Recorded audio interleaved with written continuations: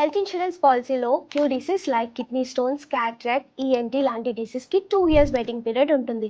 అలానే pre existing డిసీజ్కి 3 years waiting period ఉంటుంది. సో అందుకని హెల్త్ ఇన్సూరెన్స్లో ఎక్స్పీరియన్స్ అనేది చాలా ఇంపార్టెంట్. మీరు రెన్యువల్ పే చేయకపోతే ఇప్పుడు దాకా పొందిన ఎక్స్పీరియన్స్ మొత్తం పోతుంది. సో ఇన్సూరెన్స్ కంపెనీస్కి క్లెయిమ్స్ తగ్గుతాయి. సో కంపెనీకే ప్రాఫిట్.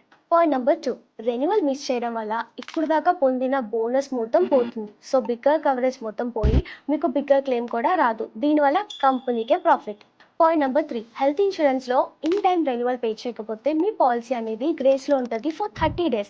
ఈ 30 days గ్రేస్ పీరియడ్లో అనుకోకుండా క్లెయిమ్ వస్తే ఇన్సూరెన్స్ వాళ్ళు క్లెయిమ్ చేయరు. పైగా మీరు కవరేజ్ పెంచుకోవడానికి కూడా అవ్వదు. మీరు గుడ్ హెల్త్ అని ప్రూవ్ చేసుకోవాల్సి ఉంటుంది. Point number 4, finally health insurance rate అనేది ఎవ్రీ ఇయర్ 10% ఇంక్రీజ్ అవుతుంది. ఇప్పుడు మీరు రెన్యువల్ స్కిప్ చేసి ఫ్యూచర్లో పాలసీ తీసుకుందాం అనుకుంటే హయ్యర్ ప్రీమియం పే చేసి తీసుకోవాల్సి ఉంటుంది.